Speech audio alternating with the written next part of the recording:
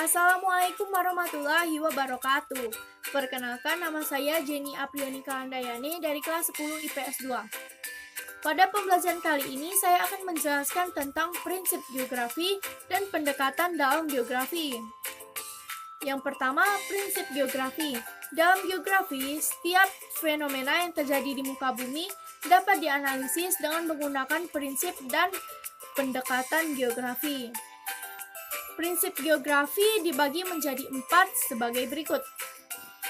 Yang A, prinsip deskripsi, yaitu prinsip untuk memberikan penjelasan atau gambaran lebih jauh tentang gejala atau masalah yang dipelajari atau yang sedang diselidiki. Contoh dari penerapan prinsip deskripsi adalah pada daerah perbukitan yang gundul akan mudah terjadi tanah longsor. Hal ini terjadi karena dipengaruhi oleh beberapa aktor. B. Prinsip interrelasi. Prinsip interrelasi dalam ruang menjelaskan bahwa terdapat saling keterkaitan antara gejala satu dan gejala lainnya, atau antara faktor satu dan faktor lainnya dalam suatu ruang tertentu. Nah, contohnya sebagai berikut. Yang pertama, faktor fisik dan faktor fisik lainnya. Yang kedua, faktor fisik dan faktor manusia atau sosial. Yang ketiga, faktor manusia dan faktor manusia lainnya. C. Prinsip distribusi. Prinsip distribusi merupakan prinsip dasar dalam mengkaji setiap gejala dan fakta geografi, baik gejala alam maupun manusia. Contohnya sebagai berikut. Di Indonesia banyak ditemukan barang tambang yang jenisnya berbeda untuk setiap di wilayahnya. Yang kedua, prinsip kronologi. Prinsip kronologi merupakan perpaduan antara prinsip lainnya. Prinsip ini merupakan ciri dari geografi. Pada prinsip ini, gejala, fakta, serta masalah ditinjau penyebarannya dan interrelasinya dalam ruang. Contoh dari prinsip kronologi adalah sebagai berikut. Di antara pulau-pulau di Indonesia, Pulau Jawa merupakan pulau yang paling padat penduduknya. Hal ini terjadi karena dipengaruhi oleh faktor-faktor tertentu. Kita masuk yang kedua, pendekatan geografi.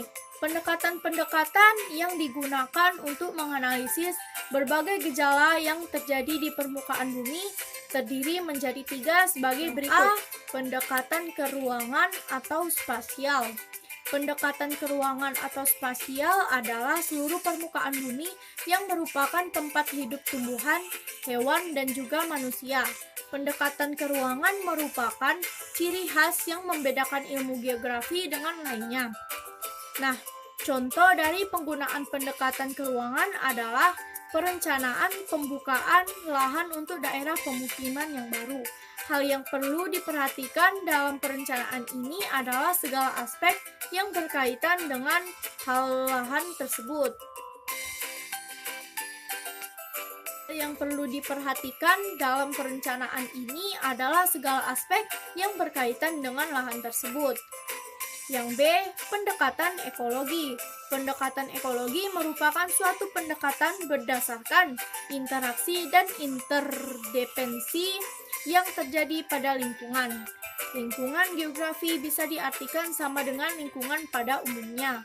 Pendekatan ekologi dilakukan dengan berpusat pada interrelasi kehidupan manusia dengan lingkungan fisiknya yang membentuk sistem keruangan yang dikenal dengan ekosistem. Yang C, pendekatan kompleks wilayah.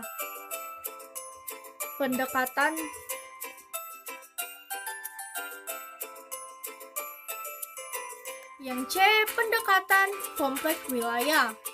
Pendekatan kompleks wilayah membahas mengenai gejala atau fenomena menggunakan kombinasi antara analisis keruangan dan analisis ekologi.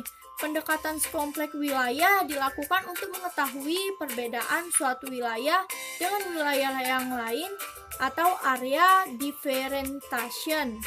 Area differentiation merupakan anggapan bahwa interaksi antar wilayah akan berkembang karena adanya perbedaan.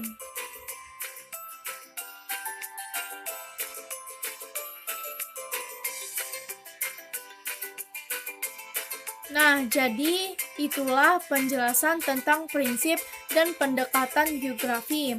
Semoga apa yang saya sampaikan jelas.